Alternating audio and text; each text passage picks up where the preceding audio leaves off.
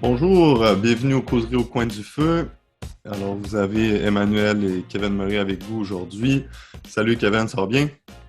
Salut Emmanuel, oui, ça va bien toi? Oui, oui, ça va bien. Alors, on a décidé aujourd'hui de faire une petite pause là, dans nos séries, dans nos préparatifs de causerie pour parler d'actualité. Alors, notre premier arrêt sera la ville éternelle. Alors, depuis jeudi, le pape a initié un symposium sur le sacerdoce, hein, qui a d'ailleurs été préparé par le cardinal Marc Ouellette, hein, qui est le préfet pour la congrégation des évêques. Alors, un de nos cardinals, ancien archevêque de Québec. Alors, très intéressant ce symposium. Kevin, aujourd'hui, est, comme d'habitude, la personne attitrée pour parler de ce qu'on va parler, notamment sur la question du sacerdoce. Par contre, hein, sur qu'est-ce qui est au cœur aussi du symposium, c'est le sacerdoce des baptisés. Alors, le Saint-Père a mis beaucoup l'accent là, dans sa première allocution à la vocation qui est liée à la grâce baptismale. Hein, il dit chacun, en regardant sa propre humanité, sa propre histoire, son propre caractère, ne doit pas se demander si un choix de vocation convient ou non, mais si, en conscience, cette vocation révèle en lui ce potentiel d'amour qu'il a reçu le jour du baptême. Je pense il y a de très, très belles paroles. Hein, et le pape, en gros, rappelle, au-delà de la vocation particulière, à la vocation universelle, à la sainteté. Et je crois que, d'ailleurs, notre causerie, Kevin, sur la dernière partie là, de la volonté de Dieu, sur le discernement des esprits, va sortir après celle d'aujourd'hui. Je pense que ça va être de quoi aussi d'intéressant pour nos auditeurs d'aller voir ça, parce que ça rappelle directement qu'est-ce que le Saint-Père dit, hein, ancré dans notre histoire, dans notre caractère, dans notre personnalité, puis cet appel que tous nous avons à la sainteté, hein, peu importe l'état de vie, le choix de vie. Et quelque chose aussi de très beau qui est un clin d'œil justement à notre initiative. Le Saint-Père parlait de l'importance d'une prise en charge confiante de la réalité, hein, des prêtres qui doivent être ancrés, enracinés, hein, dans la réalité de ce monde, dans leur réalité aussi pastorale qui est très différente, on le sait, Kevin, là, d'une place à une autre dans le monde et aussi ancré dans la sage, vivante et vivifiante tradition de l'Église qui nous permet de prendre le large sans peur. Hein? Et il invitait d'ailleurs là, à des actions et un changement qui est la saveur de l'Évangile. Je trouvais que ces paroles étaient belles, puis ça l'enchaînait bien avec ce dont on veut parler aujourd'hui, à une autre question brûlante d'actualité qui a fait plusieurs émules un peu partout dans le monde et qui a mis comme un peu le Canada à l'avant de la scène politique internationale. On parle donc du fameux convoi de la liberté, puis ensuite, petit à petit, pour ceux qui ne savent pas de qu'est-ce que c'est, là, hein, donc, c'est un certain moment, à partir un peu des quatre coins du Canada, des camionneurs ont décidé de se rendre à Ottawa pour manifester pour, en fait, la cessation de toutes les mesures, les normes euh, comment on appelle ça, là, Les de, restrictions les sanitaires. restrictions, c'est ça, les restrictions sanitaires par rapport à la pandémie. Puis, de façon plus particulière aussi, par rapport à eux, leur travail, hein, les camionneurs, on sait qu'ils font beaucoup de routes, puis il y a une question avec les États-Unis, si ceux qui n'étaient pas vaccinés et qui allaient aux États-Unis en revenant de faire une quarantaine de 2 semaines, etc. Alors ça a été un peu ce qui a mis le feu aux poudres. Et là, depuis 3 semaines, un mois, hein, ils sont à Ottawa, puis là, ça s'est changé un peu à ce qu'on pourrait appeler un siège. Il y a des manifestations, une reprise de ça.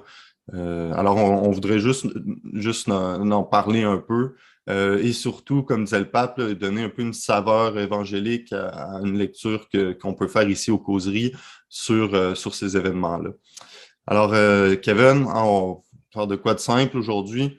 On peut peut-être justement commencer commencer avec la base, peut-être commencer justement avec les évangiles.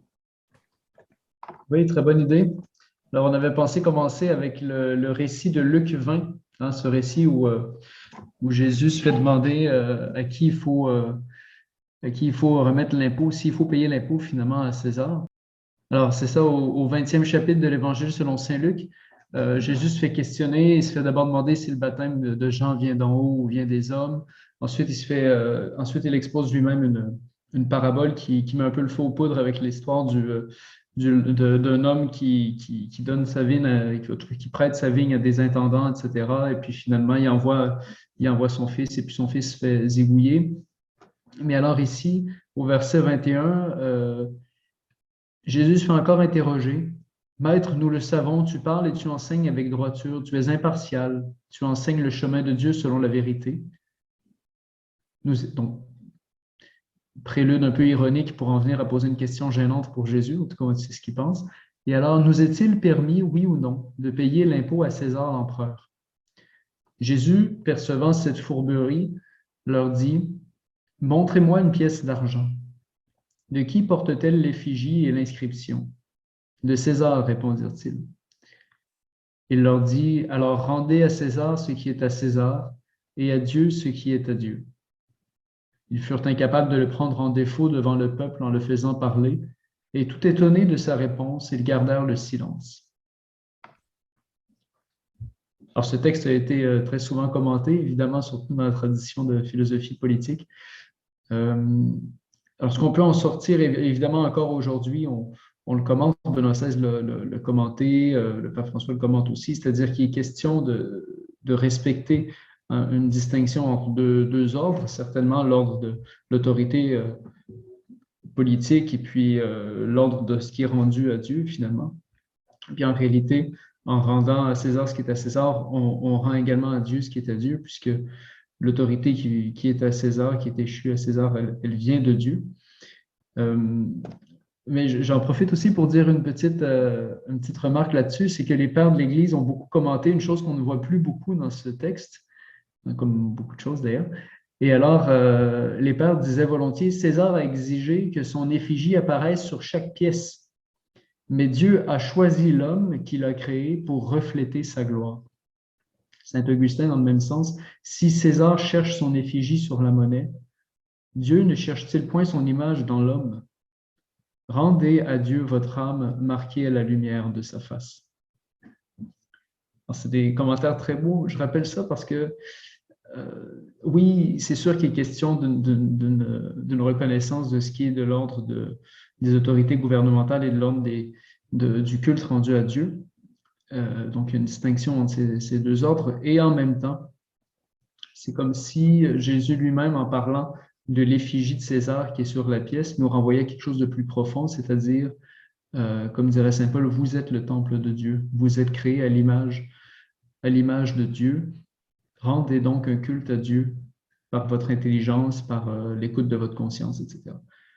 Donc, je dis ça parce que on n'entrera pas dans la polémique à savoir est-ce que c'est bon ou c'est mauvais, mais en même temps, chaque personne, en tant qu'image de Dieu, peut discerner à la lumière de sa conscience ce qu'elle pense être la volonté de Dieu ou non. Selon toi, pourquoi justement les pères ou le père a dit l'effigie, César a exigé que son effigie apparaisse sur la pièce de monnaie? Oui, absolument. C'est vrai que se glorifier en mettant son visage sur les pièces de monnaie, c'est pas l'équivalent de se glorifier en dotant une personne de liberté et d'intelligence pour qu'elle advienne à elle-même. C'est sûr que c'est pas exactement le même projet de gloire. Non, en effet. Mais en même temps, c'est important aussi de ne pas non plus tomber, comme ça peut être souvent le cas, là, dans une vision un peu réductrice, que des fois on a aussi comme chrétien. Puis je crois que c'est important ici de voir la question, dans le fond, de l'autorité. Hein. Puis il y a quelque chose que, exemple, si on continue, puis notamment chez Saint Paul, hein, Saint Paul parle aussi beaucoup d'être soumis à l'autorité, hein, de prier même pour de prier pour ceux qui dirigent, etc. Puis ça a été à partir de Saint Paul aussi un leitmotiv des pères de l'Église. Hein, même on connaît les histoires de Saint Athanase, de Saint Jean Chrysostome, donc c'est tout le temps envers et contre tous. Ils sont exilés, ils reviennent et tout ça, et puis ils développent jamais une certaine hargne contre ce pouvoir politique-là. Hein, il y avait quelque chose qui était très bien calibré, ou en tout cas l'ordre sur lequel il se positionnait était très important. Puis ça, je pense qu'on c'est quelque chose que, comme chrétien, dans la situation qui nous intéresse aujourd'hui, c'est important aussi de trouver cet équilibre-là pour essayer nous-mêmes dans notre vie d'être capable de rendre à chaque ordre ce qui doit être rendu. Donc, justement, rendre à l'ordre politique qu'est-ce qui lui revient. Puis, en fait, l'ordre politique et tout le reste à Dieu, hein, dans l'entièreté de notre vie. Mais c'est vrai qu'aujourd'hui, la tendance chrétienne, c'est pas tant l'excès de soumission que l'excès de critique, hein. C'est vrai qu'en tant que chrétien, je crois qu'on a un devoir, surtout dans des pays où effectivement on a quand même, grosso modo, une démocratie qui se tient bien. Je pense qu'on a un devoir de reconnaître déjà que cet état de droit qui est le nôtre, eh bien, il est bon. Et, euh, et les gouvernants qu'on a élus, eh bien, on les a élus. Hmm. Ceux qui nous dirigent, nous les avons élus de manière démocratique, etc. Donc, je pense que c'est une chose à nous rappeler. Ça ne veut pas dire qu'il faut être d'accord avec tout, mais je crois que c'est important de se rappeler qu'ils ne sont pas illégitimes. Justement, en parlant de légitimité, tu sais, il y a quelque chose qui aujourd'hui n'est pas vraiment à la mode, là, mais dans l'Évangile, on parle de l'autorité. Hein, l'autorité du gouvernant est une autorité d'ordre divin, en tout cas, pas directement comme une monarchie, mais en tout cas une autorité qui vient de Dieu. Hein, tu sais, Jésus-Christ le dit à César, pas à César, pardon, mais bien à Ponce Pilate. Hein, il lui dit, hein, en fond, c'est c'est moi d'une certaine façon, c'est Dieu qui fait que tu as cette autorité-là et moi je te laisse bien l'avoir sur ma personne en ce moment. Alors qu'est-ce que justement, tu sais, on peut dire, hein, d'une autorité qui vient de Dieu encore aujourd'hui?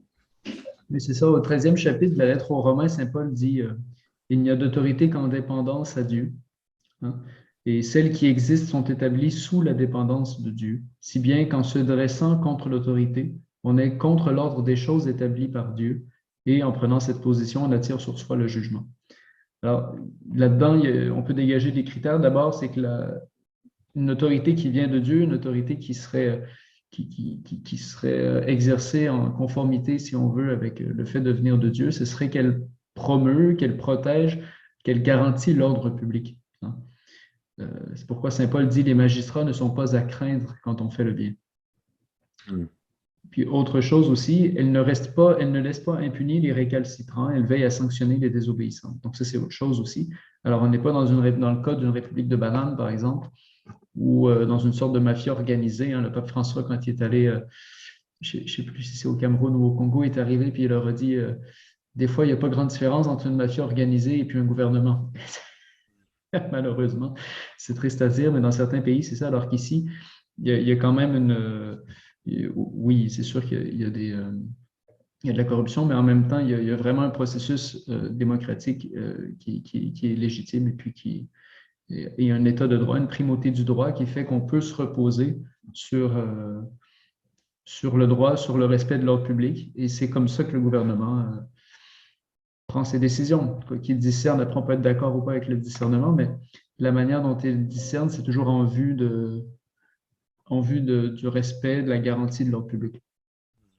Ouais, ben justement, tu sais, de toute façon, on va y arriver, tu sais, un peu plus dans, dans la question, tu sais, qui nous concerne, mais peut-être ça vaut la peine, tu sais, de continuer. Puis d'ailleurs, euh, notamment Saint Thomas va parler, tu sais, du droit de résistance. Hein. Il va parler aussi des différentes lois, ce qui est une question en soi aussi très, très grande. Donc, on parle de ce qu'on appelait la loi divine, la loi naturelle, puis, bon, justement, tu sais, la loi politique, la loi des hommes. Mais sinon, puis il y a quand même quelque chose d'important. Hein. Des fois, on voit, on peut, il y a une tendance qui veut que ben, tu sais, exemple, l'Église ou les catholiques, même si c'est pas nécessairement ça qu'on voit aujourd'hui chez les gens, mais il y a une vision comme des bons moutons qui suivent justement tu sais, la houlette de leur berger, tu sais, qui sont. Mais c'est important aussi de voir, tu sais, comme saint Thomas disait tout le temps, lex injustia non est lex. Une loi injuste n'est plus une loi. Puis ça, je pense que c'est important aussi de bien comprendre ça, puis de comprendre en quoi il y a certaines valeurs qui sont appelées à diriger un véritable discernement qui peut amener au droit de résistance, puis même une résistance comme à la prise des armes, etc., dont saint Thomas va parler. Et après, qui peut nous aider aussi à mettre un peu en perspective qu'est-ce qui se passe en ce moment ou qu'est-ce qui s'est passé dans la dernière semaine à Ottawa. Oui, c'est ça. Saint Thomas enseigne que la loi humaine cesse d'être obligatoire en conscience quand elle contredit les commandements divins ou qu'elle opprime injustement les sujets euh, qui sont délégués par Dieu à l'autorité humaine. Alors ça, c'est la question 96 de la Prima Secundae, pour ceux qui ont envie d'aller voir. Et c'est là qu'il développe, au fond, la théorie qu'on aura appelée là, dans l'histoire de la guerre juste, etc. Mm-hmm. Alors, chez Saint-Thomas, il est clair, par exemple, que les libertés individuelles cèdent le pas devant les requêtes du bien commun, dans les requêtes discernées par l'autorité légitime. Donc, il n'y avait pas, chez Saint-Thomas, on peut en faire une lecture personnaliste, mais c'était pas c'était pas vraiment sa perspective, là. C'était quand même très médiéval dans ce sens-là, beaucoup plus d'intérêt et pour le corps politique, pour le corps social que pour la personne individuelle. Chose qui a un peu changé avec Saint Jean-Paul II, la Déclaration universelle des droits de l'homme, mais le compendium actuel de la doctrine sociale de l'Église parle de la personne humaine comme fondement de l'ordre politique, mais la personne humaine en tant qu'elle est ordonnée au bien commun. Donc, il tente de tenir les deux pôles de personne et bien commun. Alors, le compendium, justement, de la doctrine sociale de l'Église continue cette réflexion de saint Thomas et puis dégage les critères, en fait, pour une résistance, pour le droit de résistance. Alors, les critères pour une résistance armée, qui sont assez... ils en dégagent 5. Alors, on n'est pas dans ce cas-là, hein, je vous avertis tout de suite au Québec, ni au Canada, mais quand même. Alors, je les lis quand même. Donc, la résistance à l'oppression du pouvoir politique ne recourra pas légitimement aux armes, sauf si se trouvent réunies les conditions suivantes. 1. En cas de violation certaine, grave et prolongée des droits fondamentaux. 2. Après avoir épuisé tous les autres recours. 3. Sans provoquer des désordres pires. 4. Qu'il y ait un espoir fondé de réussite. Et 5. S'il est impossible de prévoir raisonnablement des solutions meilleures. Donc ça, c'est pour la question de la résistance armée. Il faut qu'il y ait violation grave et répétée des principes du droit naturel, autrement dit. Comme solution in extremis. Là. Ce qui Oui, est intéressant, c'est intéressant aussi, moi, je trouve, c'est un espoir fondé de réussite. Hein, donc, parce qu'il s'agit vraiment d'un moindre mal, mais d'un mal quand même, puis d'un mal qui est aussi très fort, très profond, donc on peut pas. Puis même, exemple, même chez John Locke, on parle beaucoup aussi de ça, là, à un certain moment, du droit de résistance. Puis il met aussi de l'avant un peu cette même argument-là. Tu ne peux pas venir déstabiliser l'ordre civil, même oui, l'ordre public, même s'il y a certains dérèglements, si tu ne penses pas que le mal que tu vas causer va avoir une bonne fin. Puis ce dérèglement-là que tu vas causer est de un plus petit que celui qui est déjà en place, puis de deux qui va amener de fait un bien plus grand. Là. C'est ça qui est délicat, c'est que si on ne respecte pas les normes établies au nom de normes plus élevées, ce que la plupart des gens ne font pas aujourd'hui puisqu'ils ne reconnaissent pas un ordre moral supérieur à l'ordre politique, mais admettons que ça se ferait, que quelqu'un voudrait manquer de respect ou en tout cas violer l'ordre établi sans autre respect, sans respect d'un ordre supérieur. À ce moment-là, il s'entraînerait forcément l'anarchie ou l'anomie, c'est-à-dire une sorte de promotion d'un État sans droit ou d'un État sans principe anarchiste, sans principe. Donc, c'est ça un peu qui est l'enjeu derrière. Et c'est pour ça que c'est délicat dans les sociétés aujourd'hui, parce que la plupart des philosophes puis des sociologues, à plus forte raison, ne reconnaissent pas un ordre moral supérieur à l'ordre politique établi, hein, à l'ordre juridique établi, à l'ordre positif établi. En revanche, alors pour continuer sur l'histoire du droit de résistance, il y a une résistance passive qui est possible, hein. Donc, je continue avec le compendium de la doctrine sociale de l'Église. La lutte armée est considérée comme un remède extrême pour mettre fin à une tyrannie évidente et prolongée qui porterait gravement atteinte aux droits fondamentaux de la personne et nuirait dangereusement au bien commun du pays. Donc, ça, c'est une citation de Populorum Progressio de Paul VI. Le compendium continue. La gravité des dangers que comporte aujourd'hui le recours à la violence conduit de toute façon à préférer la voie de la résistance passive, hein, qui est plus conforme aux principes moraux et non moins prometteuse de succès. Alors là, évidemment, on peut penser à Martin Luther King, à Gandhi, aux grands exemples finalement de résistance et de non-violence, les deux en même temps. Maintenant, tu sais, ce qui peut être intéressant, c'est de voir un peu en ce moment, tu sais, avec ce qu'on a dit, en ce moment, tu sais, quels ont été les problèmes. Alors, il y a d'une certaine façon ce qu'on voit au niveau de l'ordre politique en général, un peu les restrictions, les revendications justement des camionneurs, puis peut-être qu'on pourrait dire aussi quelques mots à la fin par rapport à ce qui a touché notamment la vie de l'Église, hein, les restrictions sur ce qu'on a appelé ici au Québec les lieux de culte. Alors, tu sais, disons, il y a donc le fameux convoi justement tu sais, de la liberté, hein, tu sais, se voulait euh, un mouvement tu sais, qui ait présenté certaines requêtes à Ottawa, donc une certaine résistance, qui, il faut le dire, a été une résistance aussi passive, c'est-à-dire il a été passive avec force, hein, parce qu'on s'entend que l'idée justement de déplacer autant de camions et de venir justement les stationner en plein milieu de la capitale fédérale, ça avait une certaine force. Ensuite, un des problèmes, donc je pense que ça l'a très bien réussi. De l'autre côté, je pense qu'il y a eu du côté dans le fond, du gouvernement, notamment du premier ministre, hein, il y a eu un certain laisser-aller, puis surtout qu'il n'a pas voulu vraiment aller à l'encontre de ces gens-là et dans le fond, connaître, hein, de les écouter.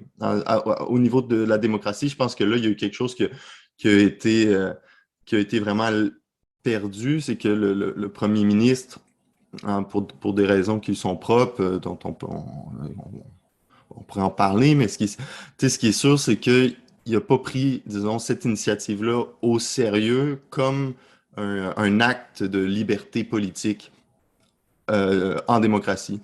Je sais pas qu'est-ce que tu en penses, toi, Kevin, mais je pense que Oui, tout à fait d'accord. et à partir de là, le danger, disons, après ce que le premier ministre, d'une certaine façon, a comme créé un peu une propagande autour de ça, puis il y a beaucoup, parce qu'on sait bien qu'à Ottawa, bon, il y a des emblèmes du Canada, puis donc c'est beaucoup de trucs qui a été mis de l'avant. Puis l'effort citoyen de la plupart des gens qu'on mène depuis 2 ans contre cette pandémie-là, puis le fait de se faire vacciner et tout. Ce qui ressort, selon moi, c'est deux choses. Première chose, c'est l'acharnement à vouloir faire vacciner les gens, parce qu'à un certain moment, il y a une liberté de conscience qui est importante, puis qui est importante aussi en démocratie. Donc, tu peux pas être d'accord avec les arguments de l'autre partie, mais il faut toujours qu'il y ait un débat. Tu peux pas forcer les gens à... Dans le fond, la sécurité comme la liberté, hein, sont pas des absolus. OK? Fait que là, dans les deux camps, c'est aller trop vers la sécurité, un problème. Et de l'autre côté, hein, c'est justement celui un peu qui vire en siège. Et veut pas, après, c'est comme on perd aussi un peu de vue l'objectif premier. Hein, et là, disons la manifestation ou l'initiative, on va commencer à un peu se désagréger de soi-même. Puis là, il y a de plus en plus de chances que ça vire avec de la violence. Et donc, il faut comme essayer de trouver un juste milieu. Puis c'est un peu dommage parce que c'est ce qui n'a pas été trouvé, je pense notamment par un peu la fermeture du premier ministre.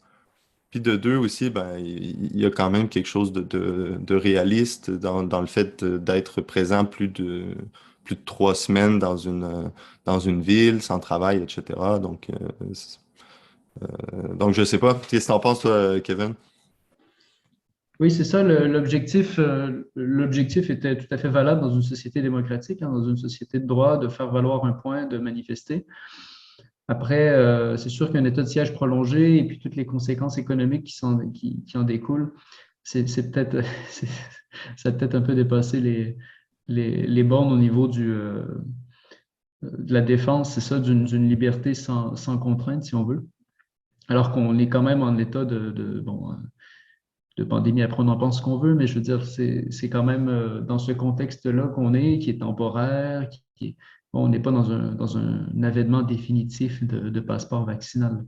D'ailleurs, l'actualité récente du Canada le démontre bien, les États, pas les États, mais les provinces laissent tomber tranquillement le Mais je passeport pense que ça a vaccinal. eu un impact. Je pense que les camionneurs, en ce sens-là, ont un impact sur les provinces.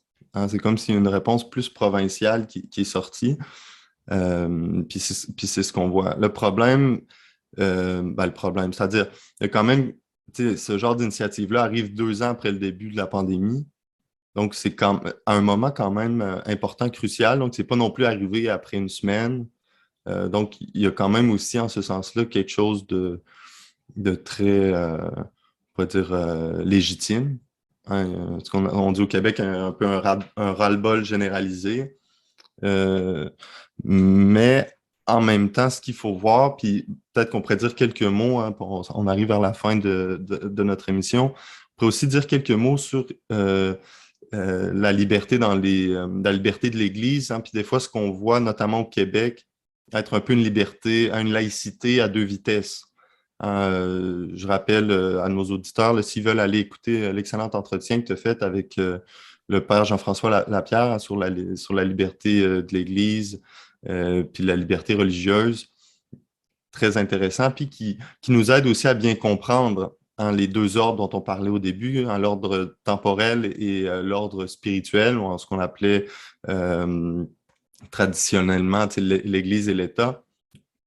Et ce qui est important ici de voir, c'est que contrairement un peu à l'exemple qui est donné avec les États-Unis, à certains moments, on a voulu, dans le fond, on veut se détacher, on a voulu que l'État puis le monde politique se détache, se libère du joug, hein, de l'Église.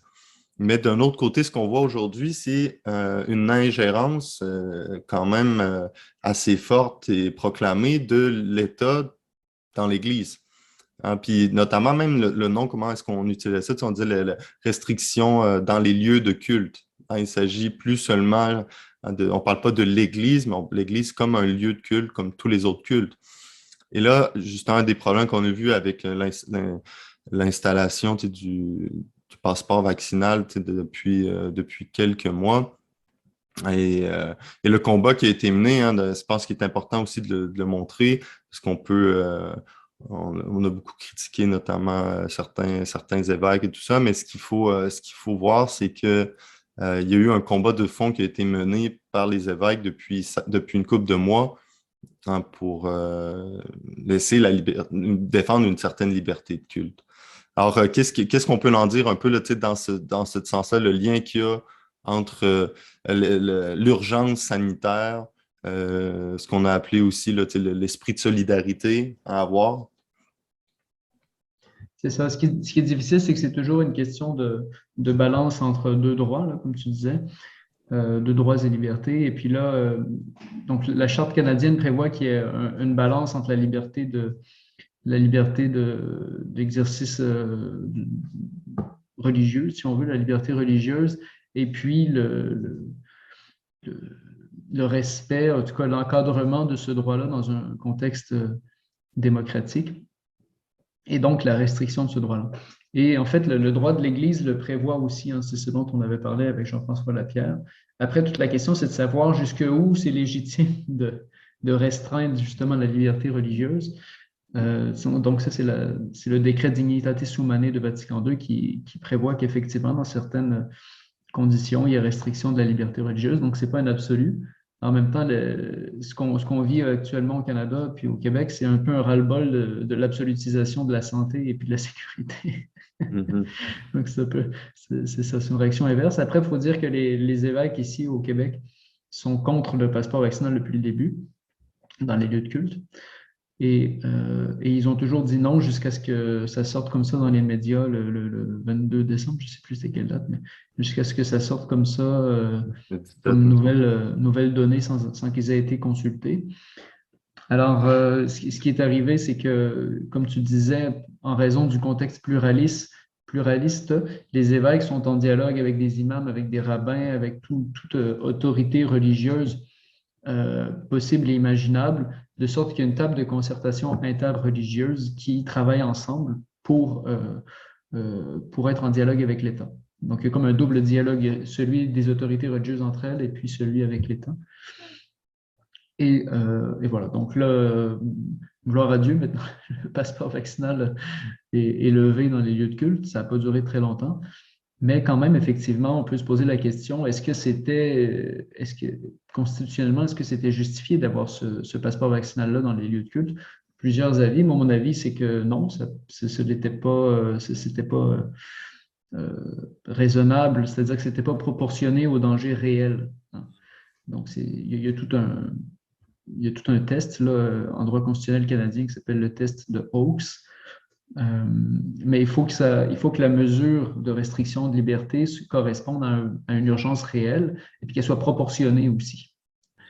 Alors, voilà. Donc, pour faire court, voilà ce Je que pense j'avais. aussi que ce qui est important de voir, puis tu sais, des fois un peu ce qui laisse une certaine amertume chez les croyants, c'est que c'est-à-dire que justement, tu sais, le droit d'exercer sa religion, hein, le droit de culte aujourd'hui est vu dans la société, est comparable, hein, au droit d'aller au cinéma, au droit d'aller manger au restaurant.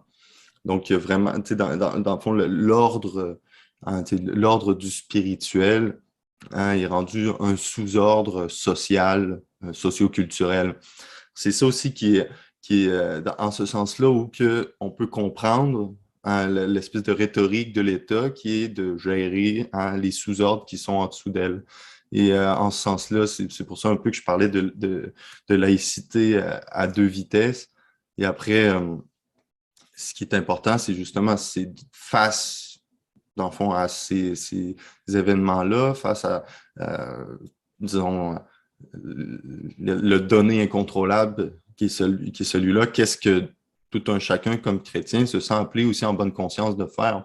Ah, puis je crois qu'un des dangers, c'est d'essayer de trouver encore là un espèce d'impératif catégorique, un peu une règle absolue, que ce soit directement de résistance.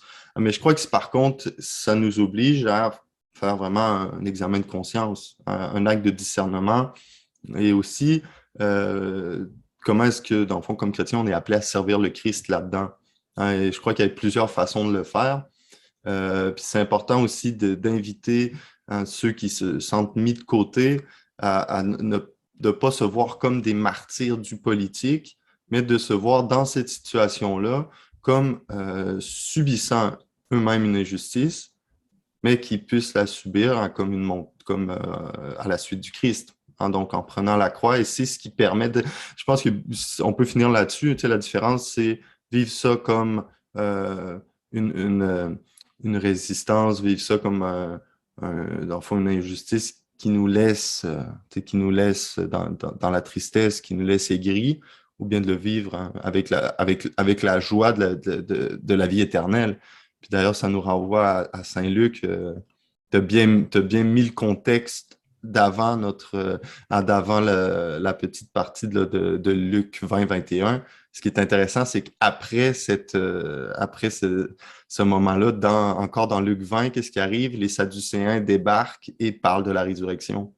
Je trouvais que c'est très beau en lisant ça un peu cette semaine, hein, parce qu'au final, nous, comme chrétiens, on est appelés à la vie éternelle, hein, et la vie éternelle et déjà, les ordres nous sont donnés en ce monde ici présent, mais on a aussi un appel qui est important de le dire, va pas contre à notre participation comme citoyen aux politiques, mais qui le transcende.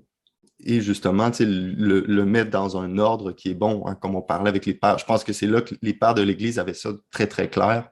Et je crois que c'est important aussi pour nous, avec la richesse de la tradition qu'on a, je vais reprendre justement les mots du pape. Hein, je trouvais que c'était très, très beau. Hein, il dit ancré dans la sage, vivante et vivifiante tradition de l'Église qui nous permet de prendre le large sans peur, hein, en faisant face hein, aux changements, etc., avec la saveur de l'Évangile. Alors, je crois que tout et chacun, maintenant, on peut croire que cette pandémie-là, ou en tout cas, pour l'instant, il y a un certain redout, mais qu'aussi, ça peut nous aider comme chrétiens à développer un discernement qui, justement, va suivre après avec notre épisode sur le discernement des esprits. Alors voilà, Kevin, petit mot de la fin. Rendons gloire à Dieu, recevons toutes choses comme venant de sa main. Amen. Tout est grâce. Alors, c'est toujours un plaisir, Kevin, et on se dit à la semaine prochaine. Salut, bonne semaine. Salut.